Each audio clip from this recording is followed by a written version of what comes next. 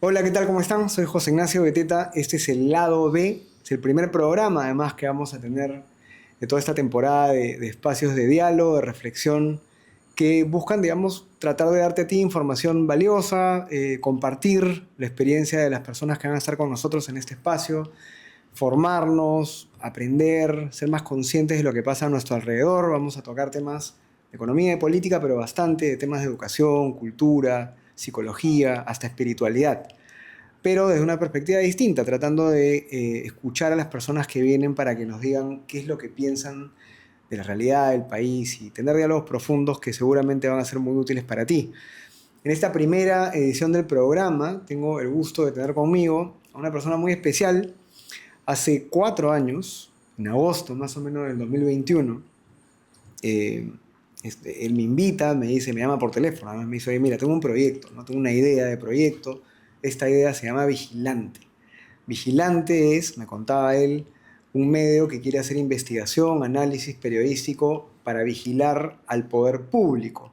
A mí me pareció una idea tan sencilla y tan simple que además no existía, porque hay muchos medios de investigación, había en ese entonces muchos medios de investigación, pero que más bien se dedicaban un poco a atacar a la empresa o a buscar dañar políticamente a alguien de algún bando, ¿no? Eran medios un poco más sesgados quizás.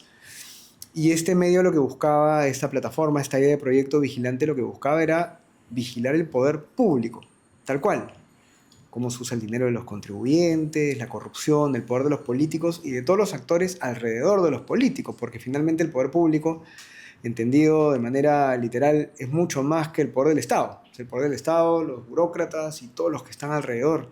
Bueno, esa idea de agosto, julio del 2021 nació en noviembre del 2021.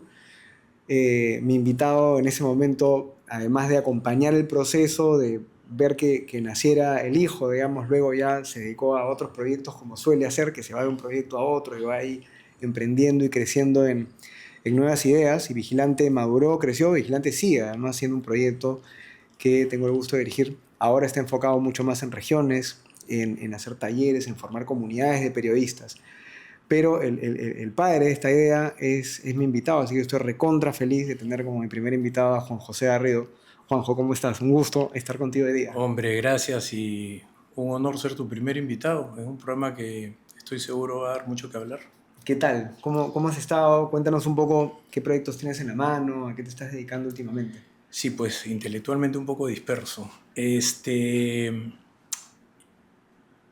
Después de mi paso por el periodismo formal, que acá a fines del 2020, decido emprender una consultora de escenarios y estrategia. Eh, Siguiendo un poco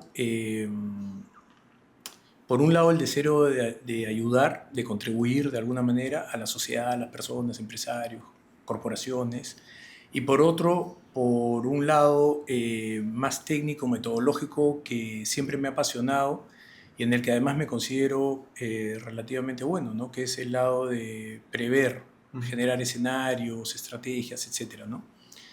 Vigilante nace como una idea de esas, ¿no? Como muchas otras, pero... y desde ahí estoy hace básicamente 4 años haciendo eso, ¿no? Trabajando de manera mucho más metodológica, articulada, privada también. 4 años, esta es la primera entrevista que doy, no escribo para ningún medio, escribo para mis clientes. Eh, y bueno, todo el trabajo intelectual lo estoy volcando en eso, ¿no? En eh, ayudar en ciertos espacios, colaborar con algunas iniciativas y trabajar con personas y organismos y el sector privado en mejores formas de desarrollar al país, la sociedad, la ciudadanía, etcétera, ¿no? Ujú. Por esto de hacer escenarios para que la gente lo entienda, pongo un ejemplo más o menos, cómo haces o cómo planteas este ejercicio Ujú. de prever o de construir Sí. escenarios. Bueno, yo he trabajo escenarios hace casi 20 años. El primer ejercicio de escenarios formal fue cerca del 2005, 2006, eh, a través de la metodología en esa época, utilizaba la metodología que usó la corporación Shell en la década de los 70. Ellos son los que desarrollan la metodología de escenarios para uso, digamos, privado o corporativo. Antes de eso lo había desarrollado el ejército norteamericano para épocas de guerra, la corporación RAND, que es una especie de think tank del Departamento de Defensa norteamericano.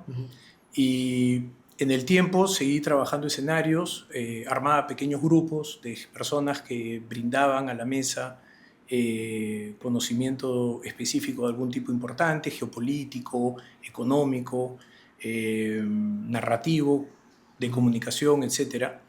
Y después, en el año 2019, hicimos esa iniciativa en el Diario El Comercio que se llamó Perú 2050.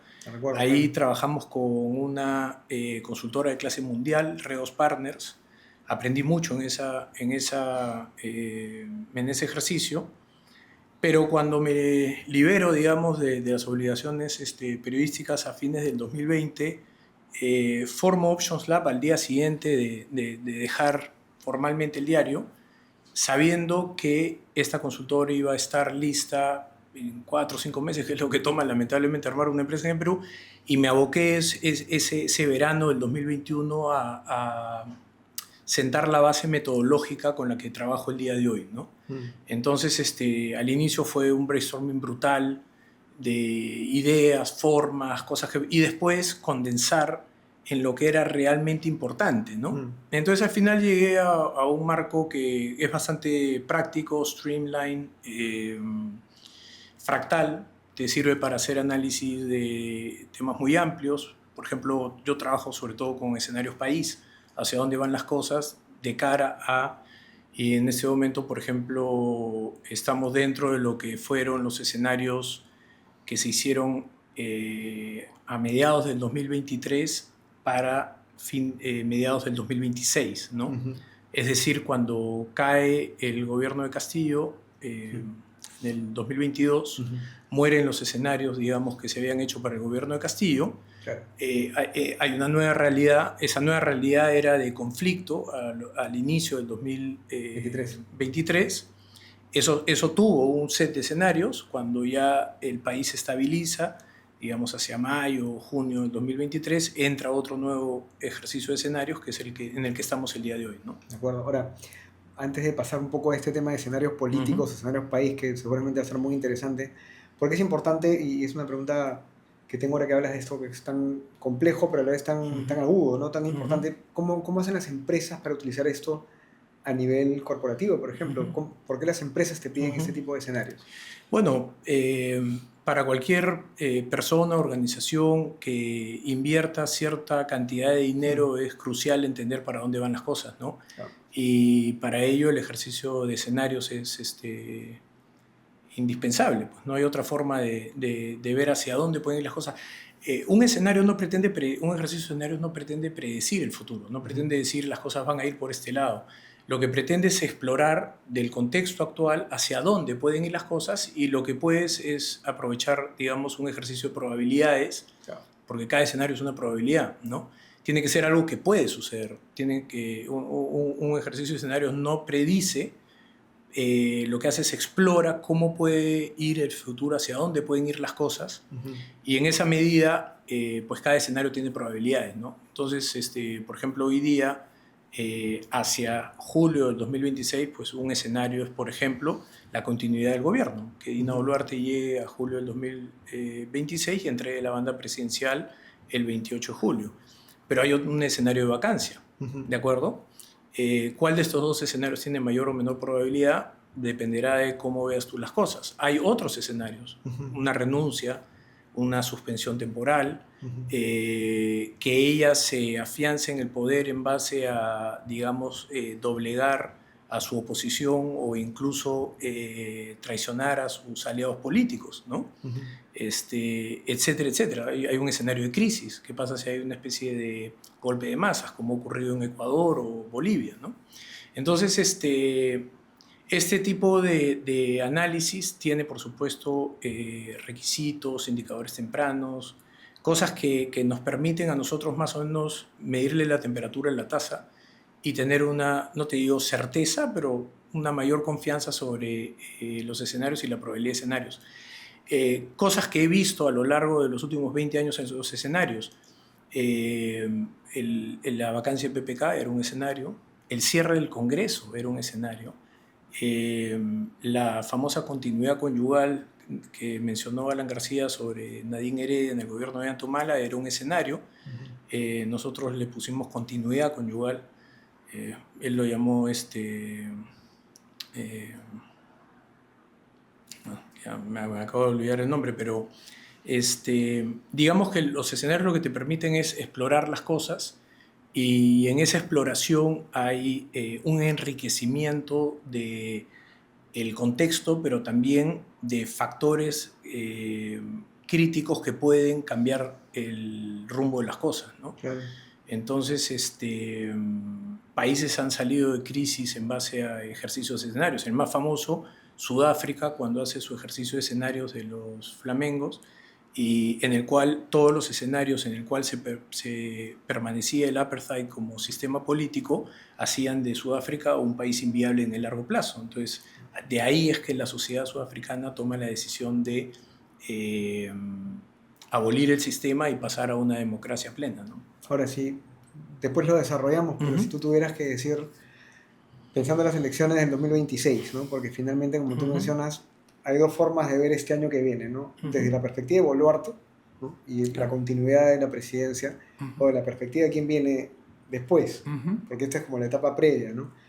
Después lo desarrollamos, o sea, rápidamente, pero si tú tuvieras que decir, ok, una pregunta además simple pero fastidiosa, ¿no? Negativo, positivo, impredecible, regular, ¿cómo ves tú de tus escenarios o de las cosas que estás analizando el próximo año en las elecciones? ¿Se nos viene algo bueno? ¿Se nos viene algo malo? ¿O va a ser algo difuso? Sí, mira, a diferencia del futuro del país, que es algo pues, que está sujeto a N variables, en el caso de las elecciones es más acotado porque tienes 43 partidos, de los cuales significa que vas a tener probablemente 30 y tantas candidaturas, ¿de acuerdo? Entonces, las probabilidades de que una persona que no esté inscrita en un partido y participe son nulas, con lo cual más o menos tienes una idea de quiénes podrían ser. Quien hoy día diga va a ganar tal persona o es un orate o es un mentiroso. Pero sí puedes más o menos, en base a distintas variables que predicen de alguna manera cómo van a actuar los electores, tener una idea de por dónde pueden ir la cosa. Cierto, ocurren episodios como el de Pedro Castillo, que entre comillas nadie lo vio venir, pero que en retrospectiva se puede entender un poco mejor cómo llegó al poder, ¿no? Que una persona pase desapercibida por las encuestas el día de hoy tampoco ya nos debe llamar tanto la atención, en la medida en la que la dinámica social ya no van por las fábricas tradicionales, encuestas, diarios, radios y etcétera, sino sobre todo por las formas digitales, donde estamos conversando nosotros el día de hoy. Mucho más útil hubiera sido leer las conversaciones sociales para predecir a Castillo que mirar encuestas, ¿no? Dicho sea de paso, lo hicimos en segunda vuelta, y en segunda vuelta siempre estuvo por encima de Keiko Fujimori, ¿no? Fue mucho más acertada la escucha social de redes sociales que en las encuestas, ¿no? De hecho, hubo una encuesta que le dio a Keiko la victoria durante la última semana que estaban prohibidas la publicación, y sin embargo no terminó pasando, ¿no? Claro. Entonces, tienes algunos actores políticos que tienen la ventaja de ya ser conocidos, ¿no? Cierto, hay una tendencia en Latinoamérica muy marcada de votar por caras nuevas, pero claro, las caras nuevas tienen que venir con un atractivo adicional, ¿no? El primer predictor en países con partidos concentrados, o sea, donde hay 2 o 3 partidos, en primer lugar es el partido, ¿no? En Estados Unidos, claro, el principal predictor del voto es si tú eres republicano o eres demócrata, sin importar quién se presenta como republicano o demócrata. Pero en Perú, siendo atomizado, no tienes ese factor, pero hay ciertas marcas que, por ser históricas, la gente las recuerda y las lleva, pues, digamos, en el cerebellum, ¿no? Luego está las características de cada candidato, ¿no? Como dice Jaime Durán Barba, un estratega político y electoral, uno vota por quien le gustaría invitar el fin de semana a almorzar y departir con su familia, ¿no? Interesante, ¿no? Sí, luego está hoy día la presencia social, ¿no? El caso de, por ejemplo, Milei en Argentina explosiona cuando entra a las conversaciones de podcast y a las redes sociales, digamos, ¿no? Y finalmente tienes obviamente como un medidor proxy de resultados las encuestas. Las encuestas sí sirven, ¿no? Claro. Y entonces ahí tienes una especie de algoritmo que más o menos te ayuda a tener en presente pues quienes están dentro de esos 10, de los cuales seguramente uno va a pasar a segunda vuelta. Puede ser que se te cuele alguien fuera esos 10, pero de esos 10 probablemente uno va a estar en segunda vuelta, ¿no? Y entonces la lógica de la elección peruana es votar en primera vuelta por quien me gusta, si está dentro de también un rango. No es que uno está pensando entre los 43 por quién voto, si es que fueran 43. El elector promedio va a trazar una línea donde juega a ganador dentro de ese grupo, ¿no? Pueden ser 10, 12, pero no va a votar pues, por el que en las encuestas la semana anterior está en el puesto 35. Sí, o sea, hay un analista que recuerdo haber leído, que se me dio su nombre, pero que decía que el ser humano efectivamente de un 100% guarda un 30 y algo por ciento, 35% en su cabeza. El otro 65% lo va a descartar. Por esas razones que tú mencionas. Porque no lo vio, no lo recuerda, porque no está. Ya está. Exactamente, salvo pues claro, el primo hermano vota por su primo hermano. Claro, de ahí es que hay candidatos que en el puesto 32 van a sacar 1.200, 1.300 votos. Claro. Personas que lo conocen de muy niño o que viven en su localidad y hay un cierto sentimiento de terruño o algo por el estilo. Claro. La segunda vuelta es descarte. En segunda vuelta, claro, hay un apasionamiento por el grupo duro, pero la gran mayoría está votando por descarte, ¿no? Es quien me disgusta menos. Y entonces, claro, la lógica del mal menor, si es que tú quieres, ¿no? Para un votante normal regular, digamos, ¿no? Que está en este momento parado en esta parte de la línea hacia las elecciones, en este momento hay 3 personas que están en unas encuestas que han salido, primero, segundo, tercero, ¿no? Los 3, como tú mencionas, tienen cierta recordación, ¿no? Está el señor Rafael López Aliaga, bueno, Keiko Fujimori, siempre presente en las primeras líneas, al comienzo Rafael López Aliaga y Carlos Álvarez. Según la experiencia de las elecciones peruanas, estos 3 no necesariamente se quedan ahí, se quedan, siguen súper volátil. Eso es algo que nos queda muy claro desde probablemente los 90, ¿no? Es muy volátil, más que una fotografía, es un video permanente, ¿no? Hasta el último día que es el día de la elección. Dicho sea de paso, la gran mayoría de personas toman la decisión en la cola. Entonces tampoco es que te puedas guiar mucho por la encuesta de la semana anterior, ¿no? Luego está que hay bolsones de voto, ¿no? En el Perú hay básicamente 3 votos. Un voto, digamos, de derecha, un voto centropopulista y un voto de izquierda, ¿no? Y hay también un voto regional muy marcado, ¿no? El trapecio surandino vota casi siempre con la izquierda, la costa vota casi siempre con la derecha, y luego hay el voto del centro populista que está casi a lo largo de toda la geografía peruana, ¿no? En la segunda vuelta del 2021, Castillo ganó casi toda la sierra y zona sur, y Keiko barre en Lima y en la costa norte. Lo que pasa es que la costa tampoco se debe entender como costa plenamente, porque hay una parte de la costa que tiene sierra. Exacto. Y esa parte de la sierra votó con Castillo. Arequipa hacia el sur. No, me refiero a Trujillo, Piura, que tienen zona de sierra. La zona cerrada. Entonces, de la costa, claro. Exactamente. Entonces, el voto de Castillo se ve claramente en sierra, que incluye, como te digo, parte de la costa, o la costa que incluye parte de la sierra, como quieras verlo, y la costa votó mayoritariamente a la derecha. Entonces, sobre más o menos 24 millones de electores que vamos a tener, tú tienes 8 en Lima, un tercio de los electores están en Lima. Luego tienes más o menos, poco menos de un tercio en la zona del trapecio sur y la sierra que vota regularmente con la izquierda, ¿no? Y luego te quedan unos otros 8 millones que se reparten entre la costa y la selva. Hay zonas que son mixtas, donde el voto no se puede entender muy bien, y usualmente Ica, Piura, Tumbes, Trujillo ha votado parecido a Lima.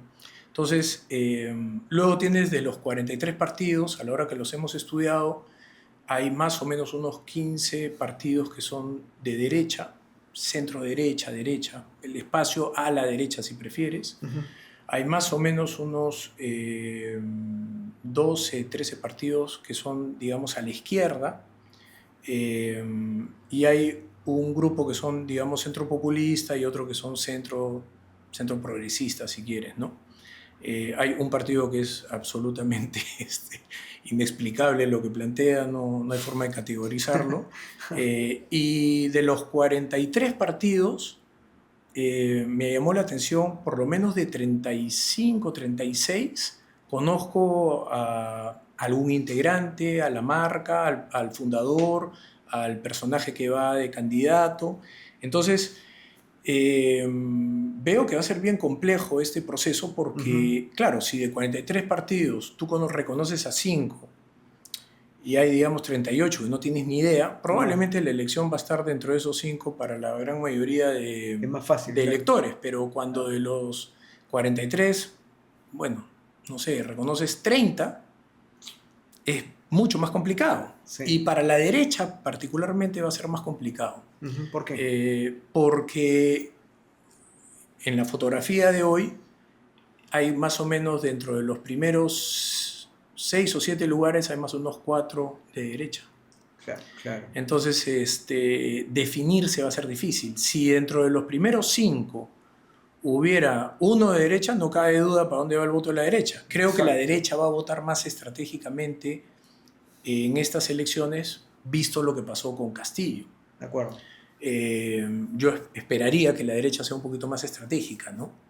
La izquierda, tal vez por ser más apasionada y dogmática, vota con quien tiene que votar y no le importa si el voto se atomiza, pero la derecha me da la sensación que por instinto de supervivencia va a ser un poco más estratégica en esta elección. Pero si tú le pones dentro de los primeros 5 a 4 candidatos de derecha, lo dejas en una disyuntiva, porque al atomizar el voto se puede colar el quinto y uno que está fuera de la lista, que sea también centro populista o populista, claro, o lo que sea, ¿no? Claro, tú mencionaste el tema de las redes sociales. Hablando de un poco de lo que has visto en el mercado, tú has hecho un comentario muy interesante que de manera muy particular yo también lo he intuido, y es que estos tantos nuevos partidos que hay tienen mucha gente que está queriendo meterse en política, ¿no? O sea, empresarios, jóvenes, gente de regiones, y por ahí te encuentras con alguien que te dice, no, sí, yo estoy en tal partido. O sea, ya me ha pasado a mí también, no, seguramente no en tantos casos como el tuyo, pero en varios. Y tú mencionabas el tema de las redes sociales, de lo que ya ves, ¿no? De esta oferta que se está produciendo en este momento, cocinando. ¿Por dónde ves que va a ir un poco el ganador? O sea, el caballo ganador, ¿qué debería hacer en redes sociales? ¿Cuál va a ser la actitud que va a tener? ¿Cuál va a ser la presencia en redes? ¿Cuál va a ser la estrategia correcta? Ya, mira, para responder eso, primero me gustaría dar una cifra. Más o menos 6,5 millones, 7 millones de electores van a ser menores de 30 años. Ya. Y hay otros más o menos 5 millones, 4 millones algo, casi 5 millones, que son menores de 40 años. Entonces tú tienes que de los 24 millones, más o menos la mitad están en el rango de los 18 a los 40. ¿Ok? Esas personas son casi todas digitales. Sí. ¿Ok?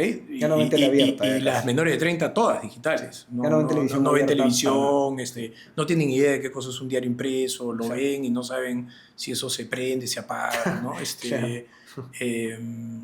Y entonces, quien esté presente ahí en la nueva fibra social, lo que Pentland llama la física social, digamos, ¿no? Que es digital e hiperconectada, ¿no? Antes el voto era por, digamos, lo que te decía el jefe, o lo que te decía el cura, o lo que te decía tu mamá o tu papá o tu esposo, qué sé yo. Hoy día es lo que te diga tu WhatsApp, lo que te diga tu tu Instagram, tu Twitter, tu TikTok o lo que sea donde tú estás perdiendo el tiempo, ¿no? Dicho sea de paso, esto no es para esta elección, ya viene de antes. Ya es algo que se vio en la elección del 2021, en menor medida en el 2016, pero es algo que ya se viene viendo. Entonces, lo que va a ocurrir es que esta vez va a ser con mucho más fuerza, ¿no?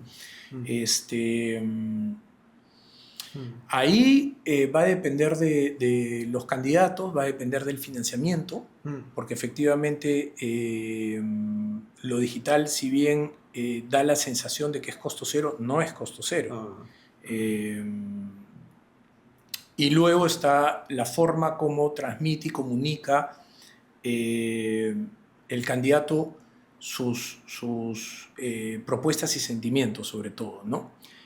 Aquel que quiera seguir haciendo la política tradicional, los mítines, la pancarta, el eslogan vacío y el ideario, el plan de gobierno, esas cosas no las lee ni las ve nadie, ¿no? Una campaña que sea más empática, emotiva. Eso es algo que está muy estudiado, ¿no?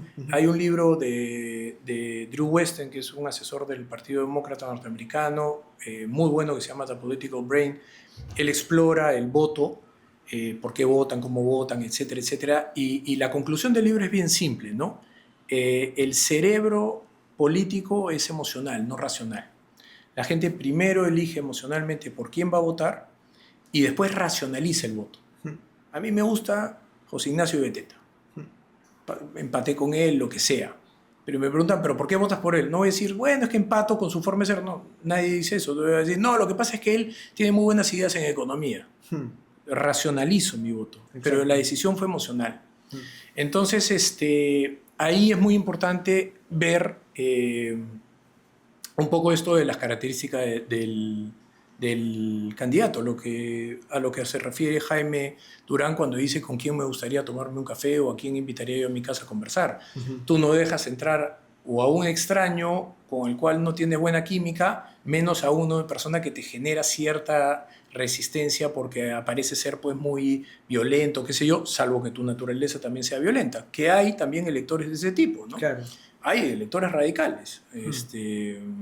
Pero la pregunta es muy buen filtro, porque, y él lo hemos escuchado antes, ¿no? O sea, ¿quién dejarías entrar a tu casa? ¿Cenarías con Keiko? ¿No? ¿Dejarías que López Aliaga llevara al colegio a tus hijos? ¿No? Preguntas de ese tipo que son obviamente, tienen una tendencia a ponértela de una manera personal.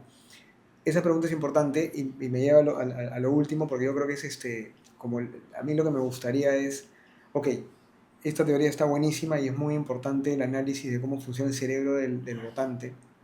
Además, la agencia de comunicaciones que ayuda al candidato, la persona del candidato, y lo que tú mencionas, la plata que use para esta estrategia de redes va a ser muy importante, pero si uno tuviera que dar, estamos acá conversando, si nosotros tuviéramos que darle un mensaje al votante peruano, porque estamos pensando, todas las elecciones son importantes, sí. Esta como siempre lo será, siempre decimos, no, esta es crítica, apocalíptica, bueno, lo que sea, es importante. ¿Qué le recomendarías tú al lector peruano, después de todo lo que hemos conversado y esto que mencionas de la emotividad del voto, pensando en el Perú del mañana, ¿no? Sí, pues lo que pasa es que nosotros vivimos con un concepto acuñado, no sé por quién, pero socializado mucho por Aldo Mariatti, que es el del electorado, ¿no? Las personas que votan mal. Mucho respeto y cariño, Aldo, pero no estoy tan de acuerdo con el concepto, porque eso presume que hay lo bueno y lo malo. Sí, claramente hay buenos y malos candidatos, y hay claramente buenas y malas políticas, para mí. Y lo que es para mí bueno y malo no necesariamente es para una persona que está viviendo hoy día en una realidad absolutamente distinta, en zona de sierra, zona de costa, zona de selva, periurbano, rural, etcétera, etcétera, etcétera. Entonces, no es que la gente vota por tal candidato porque es antipatriota, porque odia al Perú, porque quiere que el Perú se vaya directamente al fango, ¿no? Simplemente tienen diferentes formas de nuevo, sí, la experiencia, la teoría, la práctica y todo lo que tú quieras dice que el capitalismo es bueno para los países. ¿Por qué los países pobres no adoptan el capitalismo? primera buena pregunta, ¿no? Ya se han hecho muchos estudios sobre ella también. Entonces, concuerdo en que hay electores que votan mal, dentro de mi perspectiva, de lo que genera desarrollo para el país, ¿no? Pero al final de cuentas votan como sus emociones los llevan por identidad. Mucho del voto de Pedro Castillo fue identitario, porque el otro candidato no me da a mí sensaciones de tranquilidad, confianza o lo que sea, porque uno etiquetó bien un programa, más allá de que sea verdadero o falso, el gas a 12 soles. ¿Cuántas personas votaron por eso? Siendo en ese momento matemáticamente imposible y además, por supuesto, nunca ocurrió. Sin embargo, la gente votó por eso, ¿no? En otros países votan por el cómico porque es gracioso, en otros votan por el guapo o por la simpática. Lo vemos a cada rato en congresistas y etc. Entonces, hay que entender que va a haber un voto que va a ser diferente al nuestro y lo que hay que más bien es tratar de articular estrategias para que las candidaturas con mejores perfiles para el país en el largo plazo pues salgan airosas. Dicho sea de paso, y si puedo gastar un minuto en esto, las elecciones que vamos a tener en 2026 van a ser de lejos las más importantes que hemos tenido en la historia y probablemente sean las más importantes también en adelante, porque el mundo está pasando por una ventana, ya no de oportunidad, sino simplemente una especie de túnel donde se va a discriminar a los países en básicamente dos: los que están cerca de la frontera tecnológica y los que no están. La ventana de oportunidad estuvo abierta entre el 65 y el 2023, que es básicamente cuando empieza la ley de Moore y cuando termina la ley de Moore. La ley de Moore ya es obsoleta. La inteligencia artificial, y dentro de unos cuantos años todo se está acelerando, la computación cuántica van a hacer que la ley de Moore sea absolutamente obsoleta. Entonces, entre el 65 y el 23 hubo una ventana de oportunidad. Los países que iban en la frontera tecnológica, pues habían dejado la ventana abierta para que países en vías de desarrollo, si hacían reformas, hicieran una convergencia hacia estos países y se involucraran de alguna manera, forma satelital, o se integraran al mundo desarrollado, tecnológico, ¿no? Donde prima la adaptación y la innovación tecnológica. Los demás son países que son portada de una revista de cocina, de turismo o productores de materias primas, ¿de acuerdo? Esa ventana se cierra en el 2023 cuando la inteligencia artificial se vuelve universal.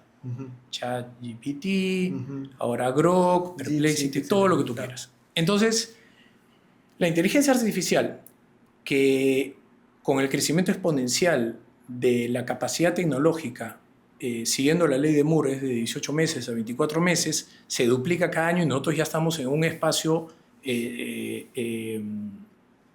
exponencial. Ya han pasado más de 30 veces, se ha duplicado. Así es. Entonces estamos entrando hace rato en los números exponenciales, ¿no? Con la computación cuántica ya simplemente desaparece la ley de Moore porque las cosas se van a precipitar. Y eso ocurrirá en el rango del año 2023 al 2030, 32, 33, un espacio de 10 años, que es donde básicamente es como si tú metieras ropa a una secadora y a la hora que abres hay un grupo de artículos que están secos y el resto sigue mojado, claro, por algún motivo, ¿no? Entonces, como te digo, del 2030, 32, no hay una fecha exacta, pero más o menos por ahí saldrán los países que son la frontera de la innovación y la adopción tecnológica y los que no son. Entonces, lo que nosotros nos jugamos en estas elecciones, en los últimos 10 años nosotros hemos perdido viada. O sea, si teníamos chance de aprovechar esa ventana, digamos que no la aprovechamos bien en los últimos 10 años. Sí. Pero si queremos ser satelitales a eso, el cambio lo tenemos que hacer hoy. Y tenemos que hacer un cambio profundo, rápido, consecuente, inteligente. Y un gobierno de 5 años tampoco es que te augure un buen resultado. Simplemente como para empezar, ¿me entiendes? Comenzar a traccionar hacia. A regresar al camino correcto. Si no, inevitablemente vamos a ser el país que produce alguna materia prima, porque hoy día el cobre, la harina de pescado, el oro, etcétera, tienen valor, el día de mañana por ahí ya no lo tienen. Ujú. Y entonces serás un espacio de paseo turístico, vivencial, gastronómico, alguno que otro textil por ahí, por acá, y va a haber un problema social muchísimo más complicado a la vuelta de la esquina, ¿no? Con lo cual, digamos, la reflexión que surge de esto que mencionas es, quién sabe el candidato que capte a ese sector más joven y a ese sector, digamos, más progresista en el buen sentido de la palabra, digamos, que busque el progreso y que opte por una digitalización y por un camino, digamos, de desarrollo tecnológico mucho más fuerte, ¿no? Yo creo que nunca ningún candidato se ha comprado de verdad esta idea de que los servicios públicos ya deben ser hace rato mucho más digitales, casi inexistentes en algunos casos, que no deberían existir algunos trámites y tasas, y que tenga de verdad este componente de revolución tecnológica que, como palabras se han mencionado varias veces, pero que en el Perú ningún candidato, o sea, seguimos teniendo los candidatos de meeting, de eslogan, de banderola tradicionales, El, que no tienen ningún tipo de mirada de esto que tú mencionas, ¿no? el presidente de Estonia que hizo esa revolución Mm, pasó por el Perú hace como 6 o 7 años. Lo mm, entrevisté en esa época, creo que para Perú 21, si mal no recuerdo. Él me contaba, te estoy hablando de nuevo, hace 8 años, pero espérate, estamos en 2025, no, más, hace 10 años. Me contaba que creo que eran 3 cosas en las cuales tú te tenías que presentar físicamente ante el Estado para hacer algo. Creo que era casarte, eh, divorciarte y una cosa más. claro, Sacar tu brevete, abrir una empresa, nada, pago de impuestos, todo era digitalizado. Tenías huella evidente. digital, huella dactilar, iris, diferentes formas de probar que eras tú. Y entonces casi todo tenía de 2 a 5 maneras y con la doble prueba automáticamente pasabas. Obviamente si cometes una infracción a la ley, pues se te pena. O sea, Claro. no es que no, está probado para quien quiera cometer cualquier tipo de delitos.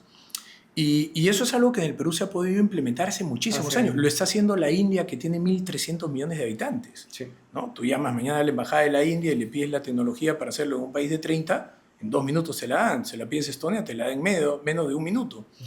Entonces, ¿por qué no se puede hacer? No, no es que no se pueda hacer. Yo creo que la clase política peruana hace mucho que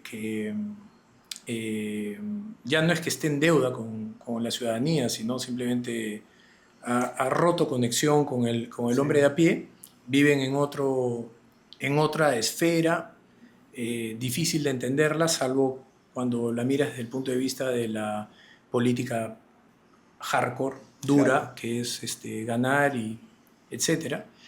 Y estas elecciones, bueno, ojalá el electorado tenga una visión un poquitito más racional, aunque de nuevo eh, la teoría y la práctica dicen que las emociones aflorarán, pero eh, se viene una coyuntura bien complicada políticamente por un montón de factores, los 43 partidos, el proceso en el que está el mundo, las disrupciones que ocurren a diario, Claro. el fake news, la falta de liderazgo, la falta de referentes, va a ser muy complejo, muy complicado y bueno, ojalá salgamos del proceso más fortalecidos de lo que pensamos, ¿no? Sí, ojalá. Bueno, vamos a tener ahora una sorpresa para esta conversación. Vamos a sacar un poco la política y la seriedad. Y vamos a invitar a un invitado, a la redundancia, muy especial, así que ahorita regresamos. Bueno, entonces después de hablar de las elecciones, escenarios y lo que se viene en el 2026, que de por sí ya es algo impredecible, vamos a tener algo más impredecible en este momento. Ha llegado a nuestro espacio, a nuestro set, nuestro gran amigo Diego, el experto en asombro. Claro. Tú no eres mago, ¿no es cierto? Tú eres experto en asombro. Ya me han dicho mago, me han dicho fakir, me han dicho comediante. Como ninguna la exploto, entonces ya un intermedio, ¿no? El experto en asombro es un buen título. Y nos quedamos con Juanjo porque Juanjo se ha quedado pensando, bueno, ¿qué hacemos con las elecciones del 2026? Solamente hay que hacer magia. Lo único que nos queda es hacer magia ahora. Uno cree que es libre escogiendo, ¿no? Pero como, al igual como las cartas, te das una opción de 52 para que elijas, ¿no? Pero tú tienes la idea de que eres libre completamente de elegir, ¿no? Tú eres así medio determinista, así medio budista. Un poquito, Un poquito. un poquito. La libertad es un ideal, una abstracción. ¿Cómo ven esta idea de que ahora los candidatos van a ser cuántos? ¿30? 40 y tantos. ¿40 y tantos? Es lo que hay de 43 partidos, pero Son una van a baraja, haber ¿no? muchos que se van a ver tan abajo que van a decir prefiero ir en alianza para no perder la inscripción. Habrán los que van a querer correr Claro. y que sea lo que sea, pero sí yo calculo que van a ser 30 y pocos más o Y menos. esto no es jalado de los pelos, que sean más de 10 ya. Es la ley electoral que hay, que produce este sistema. Pero esto se viene viendo hace por lo menos 3 años de manera muy clara y nítida. Nosotros en nuestros sí, reportes cada vez ha ido más. semanales íbamos advirtiendo cómo iba creciendo el ROP y pues crecía, a nadie le parecía importante y seguía creciendo. Porque, claro, el ganador, digamos que sale un ganador en primera, ¿no? Sí. En verdad, el país no lo ha elegido. Solo un poco del porcentaje. Va a ser- Basta para que él pueda ganar. Mira, las En elecciones realidad- pasadas, Castillo, ¿con cuánto pasó? ¿13? No, creo que sí. más, Sí. más. Pero Me era parece que 15, más. pero 15 igual no- creo, ¿eh? 15 sí, el pero máximo. igual no Me parece fue- en el neto creo que fue un poco más, ¿no? Creo que fue cerca de 19. 19, claro, tienes Sí. razón, pero cuando tú lo limpiabas, Ya, sí, claro. era 14%. Voto blanco, nulo, Sí. etcétera, sí. O sea, termina siendo muy realmente bajo. un 14% del electorado, que no es nada, votó por Castillo para que pase la segunda vez. Bueno, por eso es que Nada. empezó, dicho sea de paso, con una aprobación tan baja. Además, Solo su electorado duro fue el que lo aprobó en primera instancia, ¿no? Ahora, tú, una pregunta ya más personal. Tú, 3, 4 elecciones, no sé, las que hayas votado, ¿qué sientes tú cuando llegan las elecciones ya como ciudadano a pie? Da un poco de... No vinculado a la política, ¿no? Tú estás No, en otro... en o otro- sea, bueno, el arte también tiene política, ¿no? Ajá. Pero ver qué suceden este tipo de cosas, lo que hace es, sí, te preocupas un instante y luego tienes que seguir trabajando, tienes que seguir remando el barco, tienes que seguir comiendo, tienes que seguir trabajando, ¿no? Ya. Pero sí veo en la realidad, veo cómo hay trucos que están usándose directamente, ¿no? Desde el poder de la prensa, donde te capta la idea, donde te capta un mensaje, te lo distorsiona, te lo tergiversa. Justo eso, El ¿no? clickbait, que ahora es una normalidad, ¿no? El clickbait, pero en verdad es como un chupón, ¿no? Te absorbe un rato y luego la noticia es superficial, ni siquiera interesante, ¿no? El título nada más jaló un poco tu instante. Entonces creo que esas herramientas también se usan en la política para que un rato estés con el político, un rato cumplan su rol de hacer su campaña. Tú ya no ves antes pues cuando ¿te acuerdas cuando el presidente agarraba el bebito? Todo era wow, ahora todos tienen que hacerlo. Claro. Ahora todos tienen que hacerlo, ¿no? Ya empiezan a copiar muchas formas, pero poco fondo detrás de lo que hacen. Entonces, yo puedo notarlo, en cambio, un adolescente creo que no, ¿no? Mm. Y preocupa ver cómo pierde fondo, ¿no? Interesante, ¿no? Juanjo, ¿a ti te gustan los trucos, la magia? ¿De chiquito te gustaba? ¿Alguna vez quisiste ser mago? No, ser mago nunca, pero todo lo que es entretenimiento, enhorabuena, ¿no? Claro. Este, Yo recuerdo cuando era chico tenía estas cajas que te regalaban de un set para hacer tus trucos. Claro, había Estaba aquí bien llegó, el que se vendió bastante fue el de Gustavo Lorgia. Gustavo Lorgia. El mago Gustavo Lorgia, el sombrero, vendió un sombrero. Creo que bastante, mi hermano mayor tenía eso, yo estuve hurgando por ahí jugando y creo que lo aproveché más que, Así. claro. Qué bueno. Bueno, este es tu momento. Hagamos algo. Pasa que cuando presentamos un truco de magia, no sabemos cómo reaccionar o cuál es nuestra postura como adultos ante lo que mostramos. Entonces, en su mayoría lo vemos como un desafío al intelecto, entonces estamos como en modo defensa, ¿no?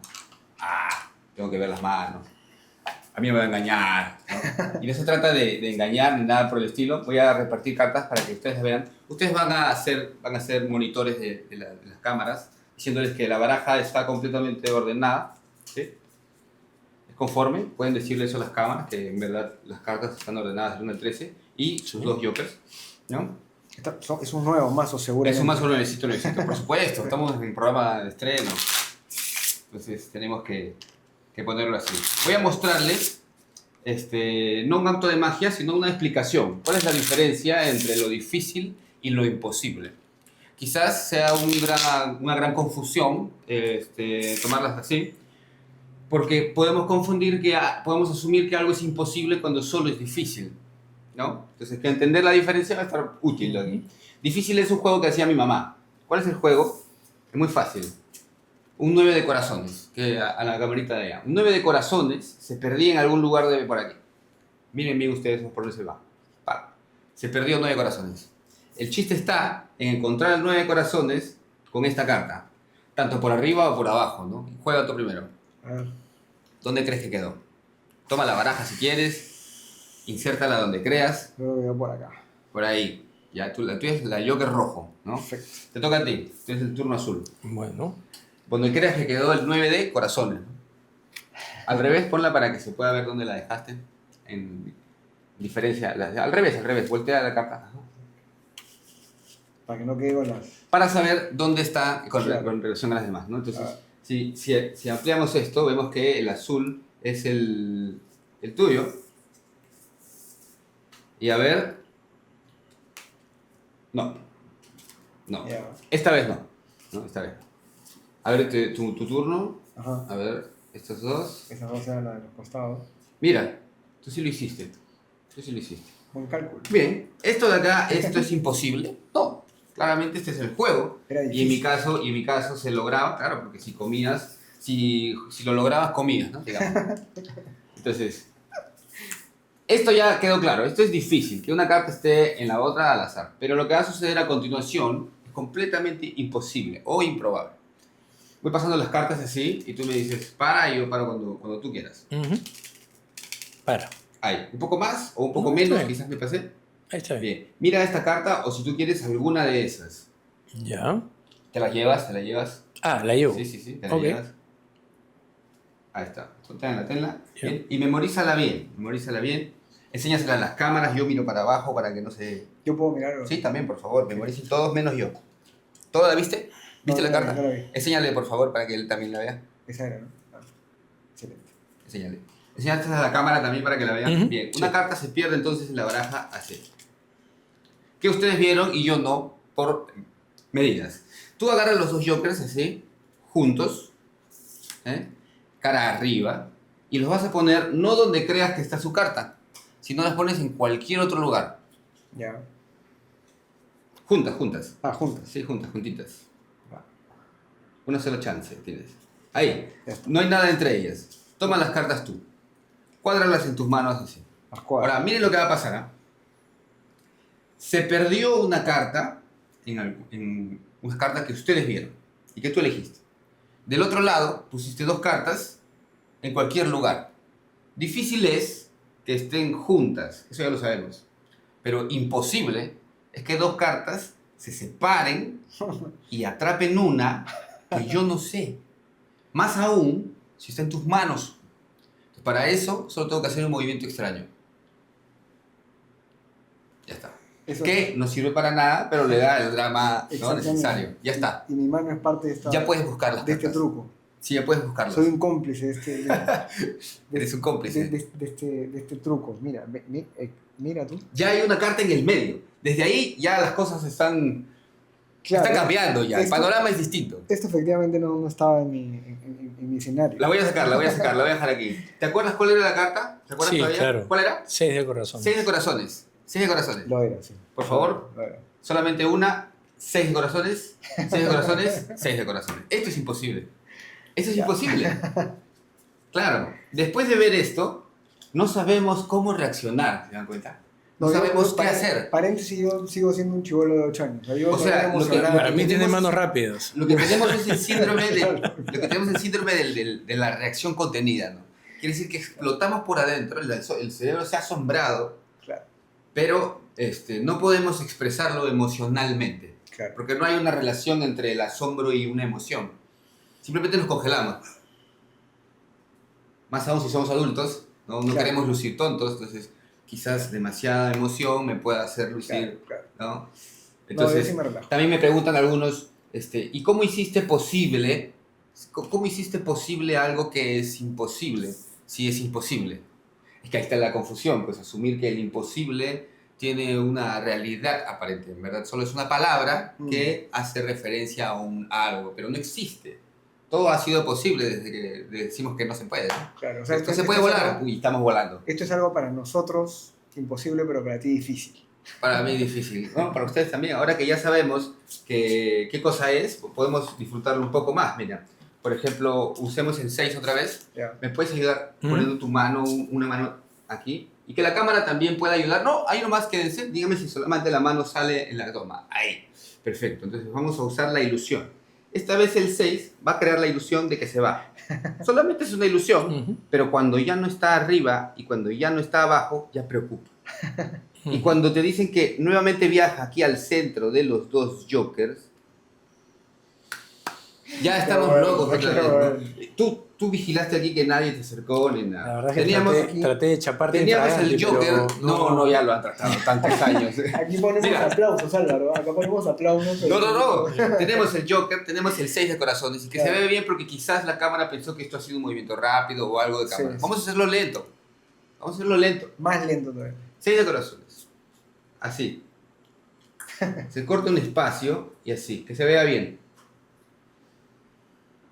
Listo. 6 de corazones. No hay cartas repetidas. Claro. Solamente el silencio del asombro. Sí. No vamos a hacer preguntas incómodas en este momento. ¿Cómo? Como por ejemplo, no sé, pues tenías una carta en tu ropa interior, ese tipo de Es que siempre la mente intenta resolver. O sea, Por supuesto. el asombro lo que hace es alimentar la mente con un reseteo. Como un niño cuando ve algo por primera vez, ¿no? Ve por primera vez algo y la mente busca referencias y al no encontrarlas hay un momento de parálisis. Te quedas en Claro. estado de observación. Luego empieza la mente a usar esa información nueva y a almacenarla y ahora tu cerebro se expandió. Por eso el adulto viaja mucho, porque viajar es una experiencia asombrosa, es nuevo. Todo lo que ves es nuevo, desde que las telas en donde estás, el hotel, el paisaje, la gente, la comida, el sonido de la calle, el paisaje, etc. Todo es nuevo. Al llegar como algo nuevo, tu capacidad de asombro está activada. Entonces lo confundimos con bienestar, con felicidad, ¿no? Estás asombrado y todo es mucho más agradable, ¿no? Pues muchísimas gracias por el truco. Ha estado buenísimo. La verdad que ha estado genial. Y gracias, Está Juanjo, bueno. Gracias, Juanjo, por estar con nosotros. De nada. De nuevo, honradísimo de ser el primer invitado. Primer invitado, primer programa, Dale. primer truco, ¿ah? Primer todo, primer mazo de Asombroso las cartas. primeras veces. Ha sido un programa asombroso, ¿no? Claro. En el sentido más estricto de la palabra. Y yo súper agradecido que nos acompañen en este programa. Nos vemos en el siguiente episodio de El Lado B. Ya nos vemos. Cuídense mucho.